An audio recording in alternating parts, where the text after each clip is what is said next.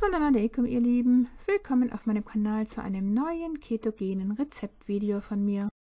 Dieser leckere Feta-Käse mit Kräutern ist richtig einfach herzustellen. Wir benötigen im Grunde genommen nur 3 Zutaten für das Basisrezept, abgesehen natürlich von ein paar Kräutern und Gewürzen. Und der Käse ist in 10 Minuten hergestellt, wenn man die halbe Stunde im Kühlschrank nicht mit dazu zählt. Die erste und wichtigste Zutat ist natürlich hier die Biomilch, und zwar sollte das nicht homogenisierte Biomilch sein, möglichst von Demeter, wenn es geht, aber diese Milch hier ist vom Rewe, und zwar ist das die Schwarzwaldmilch. Das Wichtigste daran ist eben, dass sie nicht homogenisiert ist, denn die Homogenisierung der Milch führt zu Zellschäden der Arterienwand und des Herzmuskels, weshalb wir grundsätzlich darauf achten sollten, nur nicht homogenisierte Biomilch zu konsumieren. Gerne verlinke ich euch hier oben nochmal mein Video zur ganzen Wahrheit über Tiermilch.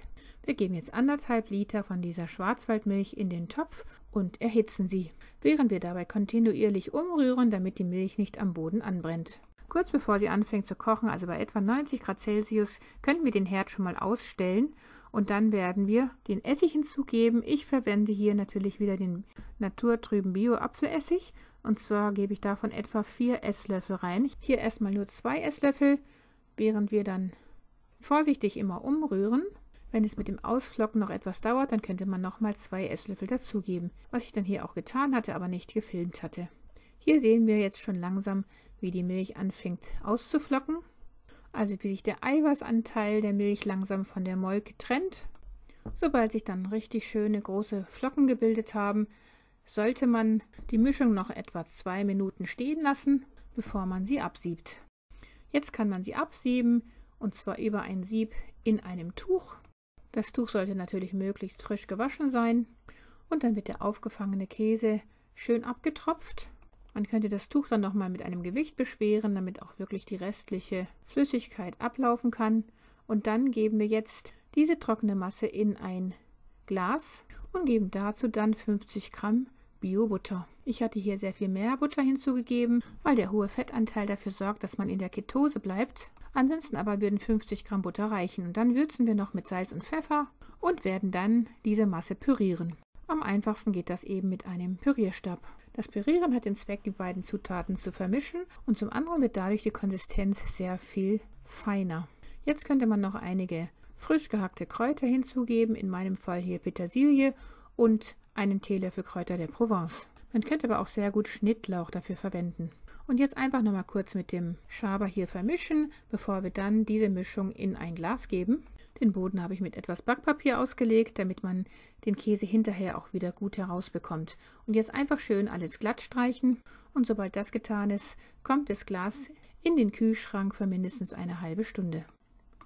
Danach, sobald der Käse dann im Kühlschrank mindestens eine halbe Stunde bis 1 Stunde gestanden hat, können wir ihn aus der Form herausnehmen und dann anschneiden. Die Molke ist sehr wertvoll und sollte nicht weggeworfen werden. Man kann sie sehr gut für Smoothies oder andere Rezepte verwenden. Der Käse ist jetzt fertig, wie wir sehen können, und man kann ihn jetzt einfach nach Belieben in große oder kleine Stücke schneiden. Er hat eine angenehme Textur und Konsistenz und vor allem einen köstlichen Geschmack und kann wunderbar für alle möglichen Rezepte verwenden, sei es ein Salat oder einfach aufs Brot. Da sind der Fantasie dann keine Grenzen gesetzt. Das kann man also handhaben, wie man das mit jedem anderen Käse auch tut. Der Vorteil an diesem selbstgemachten Käse ist nicht nur, dass er sehr lecker schmeckt und man ihn eben so würzen kann, wie man das gerne mag, sondern vor allem, dass er sehr viel gesünder ist als der gekaufte Käse, weil schon die Milch, die wir verwenden, sehr viel gesünder ist, indem sie eben nicht homogenisiert ist und von artgerecht gehaltenen Bio-Weidetieren stammt, was einen sehr großen Unterschied für die Gesundheit macht. Und zum anderen verwenden wir natürlich keine schädlichen chemischen Konservierungsstoffe oder Zusatzstoffe, geschweige denn Industriezucker oder künstliche Süßstoffe, die auch oft in gekauftem Käse enthalten sind. Und wir verwenden Natursalz im Gegensatz zum giftigen Kochsalz, welches nicht nur im Ladenkäse enthalten ist, sondern auch im Bio-Käse, den man im Laden kaufen kann. Schaut euch gerne nochmal mein Video zur Natursalzsohle an, wo ich nochmal im Detail erklärt habe, warum das herkömmliche Kochsalz so giftig für uns ist. Ich habe diesen köstlichen Käse jetzt hier auf meinem Knäckebrot verwendet. Mein Video zu den gesunden Crackern aus Nüssen und Samen verlinke ich euch hier ebenfalls. Auch meine falschen Oliven aus der Cornell-Kirsche sind hier zu sehen. Auch das Video kann ich euch hier nochmal verlinken. Hier haben wir also einen herrlichen, gesunden Feta-Käse mit Kräutern hergestellt und ihr habt gesehen, wie einfach das geht. Man kann aber auch einen richtigen Käse herstellen, der dem herkömmlichen Gouda oder Emmentaler Käse gleichkommt. Das Video dazu verlinke ich euch hier ebenfalls.